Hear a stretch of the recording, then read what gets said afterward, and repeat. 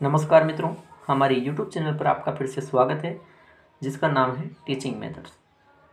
साथियों, इस वीडियो में हम देखेंगे अब राजस्थान सामान्य ज्ञान के 30 अति महत्वपूर्ण प्रश्नों के बारे में चर्चा करेंगे।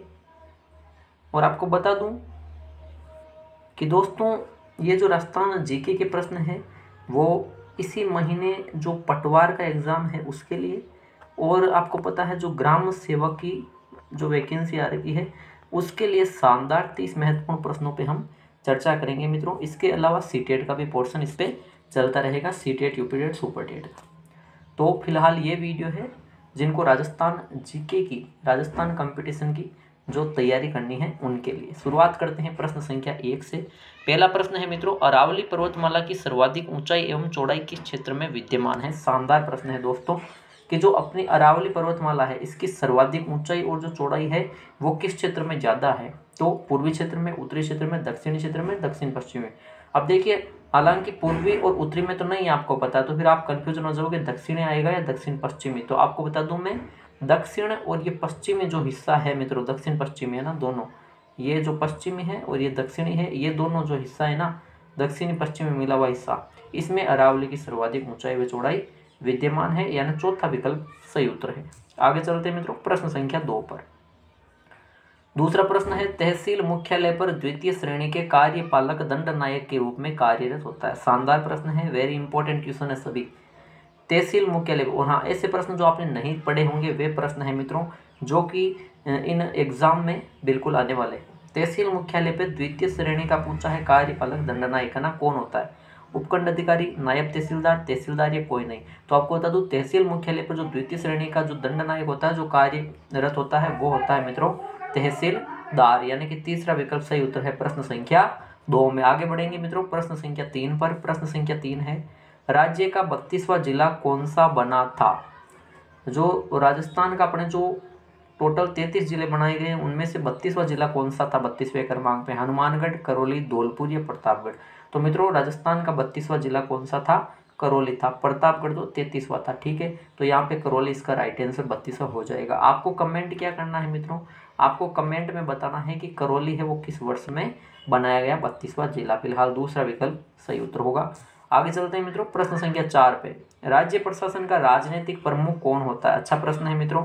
देखो, अपना जो राज्य प्रशासन है, यानी कि राजस्थान का जो राज्य होता है उसमें प्रशासन का कार्य में दो होते हैं, एक होता है राजनीतिक प्रमुख और एक होता है मित्रों संवैधानिक प्रमुख। वो राज्य में भी होती है ये चीज़ें और केंद्र में भी ये चीज़ें देखने को मिलती है ना। राजनीतिक प्रमुख और संवैधानिक प्रमुख कौन होता है? तो आपको बता दूं मैं, अगर राजनीतिक प्रमुख की बात करूं मित्रों, तो राजनीतिक प्रमुख कौन होगा? मुख्यमंत्री, विधानसभा अध्यक्ष, राज्यपाल या मुख्य सचिव? तो राज्य प्रशासन का राजनीतिक प्रमुख होता है आपके मुख्यमंत्री होता है। ठीक है, ये क्या होता है? ये राज्य प्रशासन का राजनीतिक प्रमुख होता है। अगर पूछे कि राज्य प्रशासन में संवैधानिक प्रमुख कौन होगा, तो मित्रों राज्यपाल संवैधानिक प्रमुख होगा।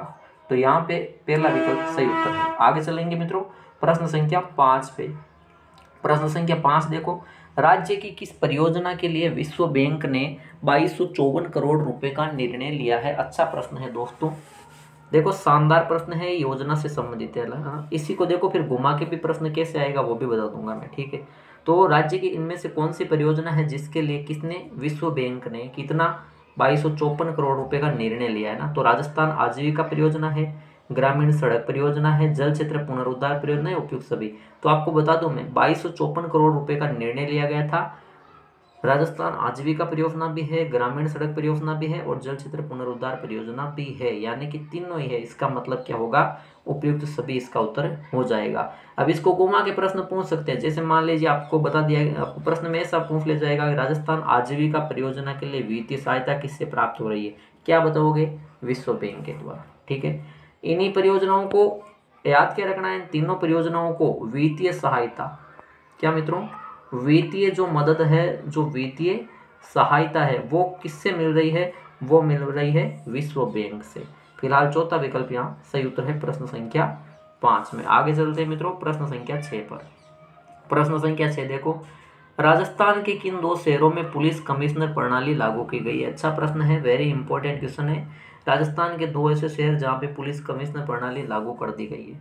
तो कौन से हैं वो? भरतपुर और उदयपुर है, जयपुर व अजमेर है, अजमेर व जोधपुर है, जयपुर व जोधपुर है। तो राजस्थान के जयपुर और जोधपुर ये दो ऐसे शहर हैं जहाँ पे पुलिस कमिश्नर प्रणाली को लागू किया गया है, यानी कि चौथा विकल्प सही उत्तर है प्रश्न संख्या 6 में। आगे चलते हैं प्रश्न संख्या 7 पे दोस्तों। प्रश्न संख्या 7 है, रणथंबोर दुर्ग किस आकार में 7 पहाड़ियों के मध्य गिरि दुर्ग की श्रेणी में अवस्थित है? शानदार प्रश्न है। पटवार में चलो इतने हाई लेवल के हालांकि प्रश्न आएंगे, डेफिनेटली आएंगे, पटवार भी है ना, लेकिन जो ग्राम सेवक की वैकेंसी वीडियो की है उसमें ऐसे प्रश्न बिल्कुल पूछे जाते हैं।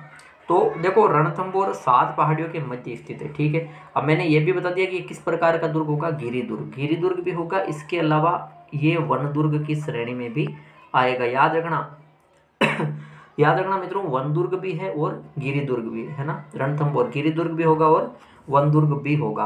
अब ये किस आकार का, ऐसा प्रश्न घुमा के पूछ लिया मैंने ना, तो बताओ शंक्वाकार, आयताकार, अंडाकार या त्रिभुजाकार? तो आपको बता दूं मित्रों, ये हो जाएगा अंडाकार। अगर अंडाकार की जगह ऑप्शन में कहीं पे अगर गोलाकार आ रखा है, अंडाकार नहीं आता है, गोलाकार आएगा, तो आपको क्या करना है? गोलाकार। अगर मान लो अंडाकार गोलाकार दोनों आ जाएंगे तो फिर अंडाकार प्राथमिकता रहेगी। विकल्प 3 सही है प्रश्न संख्या 7 में। शानदार प्रश्न है मित्रों। प्रश्न संख्या 8 पे चलते हैं। राजस्थान का पहला विजय स्तंभ समुद्रगुप्त द्वारा किस किले में निर्मित करवाया गया था? अच्छा प्रश्न है। देखो हालांकि जब आपका ध्यान विजय स्तंभ पे जाएगा तो सीधी सी बात है, आप करोगे चित्तौड़गढ़ के किले को, यानी कि चित्रकूट दुर्ग को, ना, चित्तौड़ के किले को चित्रकूट दुर्ग कहा जाता है। लेकिन यहाँ पूछा है राजस्थान का प्रथम विजय स्तंभ, वो प्रथम नहीं था, ये प्रथम किसने बनाया? समुद्रगुप्त ने बनाया, लेकिन किस किले में? तो चित्रगढ़ दुर्ग में तो ये नहीं है, ठीक है। कोटड़ा का किला भाई बाड़मेर की शिव तहसील में स्थित है। घुमा के प्रश्न पूछ सकते हैं ना, कोटड़ा किला कहाँ है ना, तो ये बाड़मेर में है, यहाँ पर भी नहीं हुआ। बूंदी का किला तो जिसको तारागढ़ कहा जाता है, तारागढ़ अजमेर में भी है, बूंदी के किले को भी तारागढ़ कहा जाता है, ठीक है। इसके अलावा बात कर दूं, ये नहीं है, कोटड़ा किला, चित्रकूट और बूंदी का नहीं है। इसका उत्तर हो जाएगा बयाना दुर्ग, जो कहाँ पे आता है मित्रों? भरतपुर में स्थित है बयाना दुर्ग, याद रखना। इस बयाना दुर्ग में ही राजस्थान का पहला विजय स्तंभ समुद्रगुप्त द्वारा बनाया गया। वेरी इंपॉर्टेंट क्वेश्चन है मित्रों। चौथा विकल्प सही उत्तर है प्रश्न संख्या 8 में। आगे बढ़ेंगे प्रश्न संख्या 9 की तरफ। जल में किसकी अधिकता से मिट्टी क्षारीय हो जाती है? अच्छा प्रश्न है। जल में किसकी अधिकता से मिट्टी की प्रकृति है वो क्षारीय हो जाती है मित्रों? तो सोडियम क्लोराइड, गंधक अम्ल, मैग्नीशियम क्लोराइड या कैल्शियम क्लोराइड? तो दोस्तों जल में अगर हम सोडियम क्लोराइड डालें, NaCl डालें मित्रों, है ना, तो मिट्टी कैसी हो जाती है? क्षारीय हो जाती है। पहला विकल्प सही उत्तर होगा। आगे चलेंगे प्रश्न संख्या 10 पे मित्रों। और ऐसे प्रश्न तो बिल्कुल आते ही हैं। देखो जो सारणियां बनी हुई है, युग्म, सुमेलित, असुमेलित, मिलान, स्तंभ, ये ज्यादा प्रश्न इनमें ऐसे एग्जाम में पूछे जाते हैं। निम्न में से कौन सा युग्म असुमेलित है, कौन सा युग्म असुमेलित है पूछा, ये ध्यान रखना है, यानी कि सुमेलित कौन सा नहीं है। मोहता हवेली बीकानेर, राकी हवेली सीकर, भगोरिया की हवेली झुंझुनू या बापना की हवेली उदयपुर? देखो मित्रों जो बापना की हवेली है ना, ये उदयपुर में है, बिल्कुल सही कथन है, ठीक है। अगर बात करूं मैं भगोरिया की हवेली, तो भगोरिया की हवेली झुंझुनू में स्थित है, ये भी कथन सही है। मोहता हवेली की बात करूं तो मोहता हवेली बीकानेर में है, ये भी कथन सही है। वेरी इंपॉर्टेंट है, इनको भी याद रखना, इसीलिए मैंने ऐसे प्रश्न लेकर आए है ना। तो एक प्रश्न के साथ अपने 4 प्रश्न तैयार हो रहेगी। पूछ लिए बापना की हवेली कहाँ है? उदयपुर में है। भगोरिया की हवेली कहाँ पे है? भगोरिया की हवेली झुंझुनू में है। अगर पूछ लिया मोहता हवेली कहाँ है? मोहता हवेली बीकानेर में ना। ये प्रश्न भी आपके साथ में तैयार हो रहे हैं। राकी हवेली की बात करूं तो मित्रों ये सीकर में नहीं है, तो कहाँ पे है भाई साहब? राकी हवेली है अपने जोधपुर में। कहाँ पे है? राकी हवेली जोधपुर में। अशोक हवेली जोधपुर में। पाल हवेली जोधपुर में, याद रखना, ठीक है। तो दूसरा विकल्प इसका राइट आंसर हो जाएगा। आगे चलेंगे प्रश्न संख्या 11वां देखते हैं। फागुजीरी रम्मत की तिथि को आयोजित की जाती है। देखो रम्मत की जहाँ बात करूँ ना, तो अपने राजस्थान में जो रम्मत है ना, वो सबसे ज़्यादा कहाँ की प्रसिद्ध है? सबसे ज़्यादा रम्मत अगर पूछ लिया राजस्थान में कहाँ की प्रसिद्ध है, तो बीकानेर की। लेकिन पूछे कि राजस्थान में रम्मत का उद्भव कहाँ से माना जाता है, तो जैसलमेर से, याद रखना। देखो शानदार प्रश्न साथ में और तैयार करवा रहा हूँ। अगर पूछे कि प्रसिद्ध कौन सी है, फेमस कौन सी है, लोकप्रिय, तब तो बीकानेर कहोगे। अगर पूछ लिया उद्भव कहाँ से हुआ, उद्भव हुआ जैसलमेर से, ठीक है, याद रखना। 2 प्रश्न यहाँ तैयार होगा। इसी प्रकार एक फागुजी की रम्मत होती है मित्रों, तो ये कब आयोजित की जाती है? भाद्रपद कृष्ण दशमी, फाल्गुन शुक्ल दशमी, आश्विन शुक्ल सप्तमी या फाल्गुन कृष्ण दशमी? तो मित्रों जो फागुजी की रम्मत है, ये फा से फागुजी, फे से फाल्गुन के महीने में जो शुक्ल दशमी होती है ना उसको आयोजित की जाती है। दूसरा विकल्प सही है प्रश्न संख्या 11वें में। आगे बढ़ेंगे प्रश्न संख्या 12वें की तरफ। राज्य में प्रसिद्ध किस मंदिर की प्रमुख विशेषता कनक दंडवत है? अच्छा प्रश्न है मित्रों। राजस्थान में प्रसिद्ध किस मंदिर की प्रमुख विशेषता कनक दंडवत है ना, मतलब विशेषता है वहाँ पे कनक दंडवत। ठीक है, तो किस मंदिर की है? सचियाई माता मंदिर जो आपके ओसियां जोधपुर में है, इसकी नहीं है। नागणी जी माता मंदिर ये बाड़मेर में, इसकी भी नहीं। 18 भुजाओं की देवी माना जाता है इसे। करणी माता मंदिर देशमुख बीकानेर में, इनके मंदिर को क्या बोला जाता है? मठ। याद रखना, एक शानदार प्रश्न है। इनमें नहीं है ना। कनक दंडवत की बात करूं तो केला देवी मंदिर में है जो करौली में स्थित है, यादव वंश की कुल देवी है। ठीक है, लक्खी मेला इसी को कहते हैं और लांगुरिया गीत यहीं पे गाए जाते हैं। गुर्जर और मीणा इनके मतलब इनको ज्यादा पूजते हैं। काली सील लिखा है मैंने, मतलब काली सील नदी के तट पर यह मंदिर स्थित है। वेरी इंपॉर्टेंट प्रश्न है। केला देवी मंदिर मतलब अभी क्या चल रहा है? कलयुग चल रहा है। कलयुग में ये केला देवी थी। पहले ये त्रेता युग में या जो युग थे उनमें कौन सी थी? ये केला देवी हनुमान जी की माता अंजनी थी, याद रखना, उसी का स्वरूप है। इसीलिए यहाँ पे लांगुरिया गाए जाते हैं, लंगूर ज्यादा आते हैं। ठीक है, तो हनुमान जी के रूप होते हैं लंगूर। तीसरा विकल्प सही उत्तर होगा प्रश्न संख्या 12वें में। आगे बढ़ेंगे प्रश्न संख्या 13वें पर। राज्य में सबसे अधिक आरक्षित वन क्षेत्र कौन से? आरक्षित वन क्षेत्र जिले कौन से? मित्रों, वनों की श्रेणियां 3 प्रकार की होती है, आरक्षित, रक्षित, वर्गीकृत वगैरह ना। तो आरक्षित वन, सबसे अधिक आरक्षित वन पूछे अपने ना क्षेत्र, ये कौन से जिले? सिरोही चित्तौड़गढ़, उदयपुर भीलवाड़ा, उदयपुर चित्तौड़गढ़ या अलवर सवाई माधोपुर। तो आपको पता है उदयपुर में ज्यादा वन है और उदयपुर के नजदीक में कौन सा है सबसे टच में? चित्तौड़गढ़। यानी कि उदयपुर चित्तौड़गढ़ में सर्वाधिक आरक्षित वन क्षेत्र जिले हैं मित्रों। तीसरा विकल्प सही उत्तर है प्रश्न संख्या 13वें में। आगे चलते हैं प्रश्न संख्या 14वें पर। प्रश्न संख्या 14 है, तेहर तुंगा भांगिया माल्य सलखानी किस लोक देवता के बारे में प्रसिद्ध कहावत है? देखो मित्रों, हाई लेवल का एग्जाम है तो डेफिनेटली हाई लेवल के प्रश्न आएंगे, है ना। तो ये एक कहावत है, तेहर तुंगा भांगिया माल्य सलखानी। हालांकि आप जिसने पढ़ा है वो इस माल्य नाम से ही इसका उत्तर बता सकता है। माल्य नाम से वो बता सकता है कि भाई वीर कल्ला जी, जहार पीर गोगा जी या देवनारायण जी नहीं थे। गोगा जी को जहार पीर की उपाधि किसने दी? याद रखना, गजनवी ने दी थी, महमूद गजनवी ने। ठीक है, देवनारायण जी जिनको याद रखना राज्य क्रांति का जनक माना जाएगा, राज्य क्रांति का जनक माना जाएगा। वीर कल्ला जी जिनकी बुआ मीराबाई थी, वीर कल्ला जी 4 हाथ के देवता है, याद रखना। ठीक है, मल्लिनाथ जी, माल्य से पता कर सकते हो, मल्लिनाथ जी रावण मालदेव इनको पहले बोला जाता था। मल्लिनाथ जी अब कहते हैं। इनकी पत्नियां 2 थी, एक चंद्रावल, एक रानी रूपादे थी। रानी रूपादे उगम सी पार्टी की शिष्या थी, उन्हीं उगम सी पार्टी इनके गुरु बने। बाद में मल्लिनाथ जी ने उनसे ही दीक्षा लेकर भक्ति करी थी। ये मल्लिनाथ जी थे। पहला विकल्प सही है प्रश्न संख्या 14 में। आगे चलते हैं मित्रों प्रश्न संख्या 15 में। शानदार एक्सप्लेनेशन और वो भी कम समय में ना, ज्यादा समय नहीं ले रहा। कागजी शैली के नाम से प्रसिद्ध चित्र शैली है। कागजी शैली है ना, किस शैली को कहते हैं? हालांकि देखो, एक कागजी टेराकोटा सुना होगा आपने, है ना, वो चीज अलग है मित्रों। यहाँ पे कागजी शैली पूछी है। तो कोटा शैली, किशनगढ़ शैली, जैसलमेर शैली या बूंदी शैली? मित्रों, कागजी शैली की बात करूं तो किशनगढ़ शैली कहेंगे। क्यों? क्योंकि इस शैली में सर्वाधिक जो चित्र है ना वो किस पे बने हैं? सर्वाधिक चित्र कागज पे बने हैं, इसीलिए इस शैली को नाम दे दिया गया भाई, कागजी शैली दे दिया। ठीक है, एक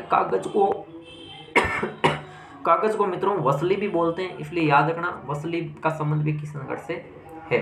दूसरा विकल्प सही उत्तर है। आगे चलिए प्रश्न संख्या 16 क्या कहता है? बाही वो नामक आभूषण पहना जाता है। नॉर्मल प्रश्न तो आएंगे नहीं, सभी को पता है। प्रश्न आएंगे घूमे हुए। बाही वो आभूषण है वो पहना जाता है ना। बाही वो आभूषण कहाँ पहना, किसके द्वारा पहना जाता है? देखो मैं बताऊं मित्रों, चूड़ी सुना है कलाई में पहनते हैं, वो पतले आकार की होती है ना। अगर थोड़ी चौड़ी आकार की होती है ना उसे बोलते हैं पाटला। ठीक है, सोने चांदी से निर्मित अगर पाटला रहे, पाटला तब तो पाटला हो जाएगा। अगर वो सोने चांदी से निर्मित रहे पाटला जो कलाई में पहना जाता है, उससे क्या कहेंगे? उससे तो कहेंगे कंकण। ठीक है, कंकण। इसके अलावा बाही वो सोने चांदी से निर्मित ही पाटला होता है मित्रों, सोने चांदी से निर्मित पाटला होता है। लेकिन कौन पहनती है? ये जो कंकण होता है वो तो विवाहित महिला द्वारा पहनी जाती है, कुंवारी कन्या, विवाहित महिला द्वारा कंकण पहना जाता है। ठीक है, लेकिन बाईवों की बात करूं तो कुंवारी कन्याएं नहीं पहनती, विवाहित महिला और आदिवासी महिलाओं के द्वारा भी नहीं पहना जाता। तो बाईवों किसके द्वारा पहना जाता है? विधवा महिलाओं के द्वारा पहना जाता है। याद रखना, शानदार प्रश्न है, इंपॉर्टेंट प्रश्न है। चौथा विकल्प सही है प्रश्न संख्या 16 में, और ये वेरी इंपॉर्टेंट क्वेश्चन की श्रेणी में आएगा। आगे बढ़ेंगे प्रश्न संख्या 17 पर। प्रश्न संख्या 17 देखिए, प्रजातांत्रिक विकेंद्रीकरण हेतु सलाह देने के लिए किस समिति का गठन किया गया था। देखो, प्रजातांत्रिक विकेंद्रीकरण हेतु सलाह देने के लिए किस समिति, तो प्रजातांत्रिक विकेंद्रीकरण का मतलब क्या है मित्रों, पंचायती राज संस्था ही तो है भाई, पंचायती राज संस्था ही तो इसका मतलब है, जिसमें प्रजातांत्रिक विकेंद्रीकरण किया गया ना। तो इसका गठन किस समिति के आधार पर किया गया, माथुर आयोग, संयुक्त प्रवर समिति, LM सिंघवी या बलवंत राय मेहता। तो इसका उत्तर हो जाएगा बलवंत राय मेहता समिति, तीसरा विकल्प सही उत्तर होगा। आगे चलेंगे प्रश्न संख्या 18 पे। निम्न में से जरीब द्वारा भूमापन करने में कौन सी व्यक्तिगत भूल नहीं है।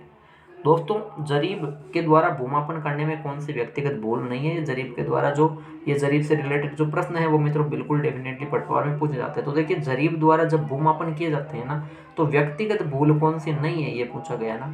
तो देखो, सुओं का विस्थापन ये व्यक्तिगत भूल में आएगा। जरीब की गलत गिनती कर रहा है तो ये भी व्यक्तिगत भूल है। दर्ज करने में गलती कर रहा है, व्यक्तिगत भूल है। लेकिन फीते की अगर शुद्ध लंबाई दी गई है तो वो व्यक्तिगत भूल नहीं है मित्रों, यानी कि चौथा विकल्प आपके सही उत्तर होगा। आगे बढ़ेंगे प्रश्न संख्या 19 पे। प्रश्न संख्या 19 कहता है, चेन सर्वे को अन्य किस नाम से जाना जाता है। जो चेन सर्वे है इसे अन्य किस नाम से जाना जाता है, फीता सर्वेक्षण, ट्रायंगुलेशन सर्वे, तिरछांतरलंब या इनमें से कोई नहीं।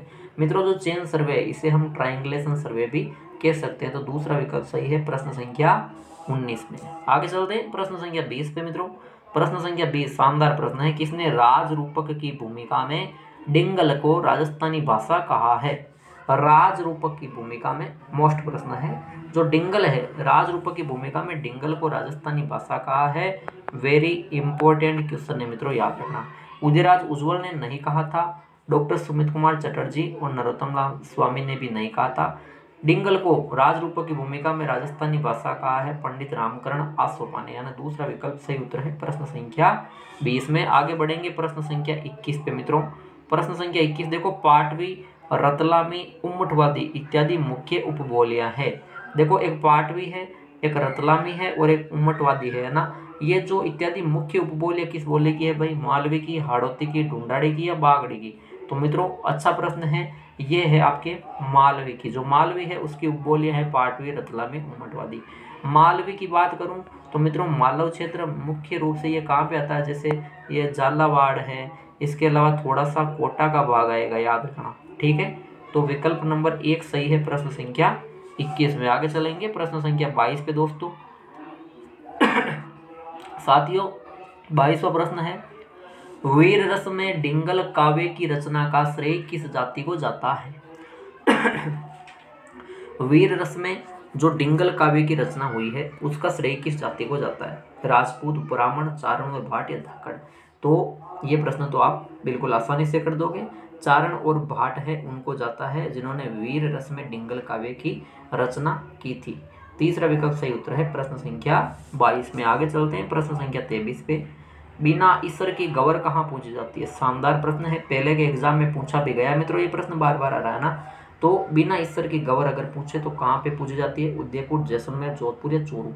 अब देखिए, ईश्वर और गवर को साथ में पूजा जाता है, ठीक है, लेकिन बिना ईश्वर के गवर कहाँ पूछते हैं, वो पूछते हैं मित्रों जैसलमेर में, यानी दूसरा विकल्प सही उत्तर है प्रश्न संख्या 23 में। आगे चलेंगे प्रश्न संख्या 24 की तरफ। ये वेरी इंपॉर्टेंट क्वेश्चन है। मैंने जब रीट का, जब पर्यावरण अध्ययन में मेरे टॉपिक आते हैं, ठीक है, तो पर्यावरण अध्ययन में जब मैंने रीट का पोर्शन करवाया था उस समय मैंने ये प्रश्न करवाया था दोस्तों, अभी वापस करवाया है क्योंकि ये एक बार प्रश्न आया था, ये पटवार में आया था ये एक बार प्रश्न, ठीक है। तो धिंगा गमर बेतमार मेला बहुत ज़्यादा प्रसिद्ध मेला है, ये कब बढ़ता है और कहाँ बढ़ता है। तो देखो, ये सियावा में नहीं भरेगा तो वैशाख शुक्ल चतुर्थी नहीं होगी, गौतमेश और वैशाख पूर्णिमा नहीं होगी, झालरापाटन। अब देखो, वैशाख कृष्ण तृतीया है लेकिन 2 ऑप्शन है, एक ये रहा एक ये रहा, लेकिन झालरापाटन नहीं आएगा तो अपना आप हट गया, पहला विकल्प हटा दिया, दूसरा हटा दिया और तीसरा हटा दिया। लेकिन यहाँ पे हो जाएगा वैशाख कृष्ण तृतीया, जोधपुर में धिंगा गंवर बेंतमार मेला बढ़ता है। अगर ऑप्शन में मित्रों जोधपुर ना रहे, ये तिथि रहे और जोधपुर की जगह अगर याद रखना कौन सा रहेगा, फिर मेवाड़ रहेगा, तब भी इसका उत्तर ये हो जाएगा। चौथा विकल्प सही उत्तर है प्रश्न संख्या 24 में।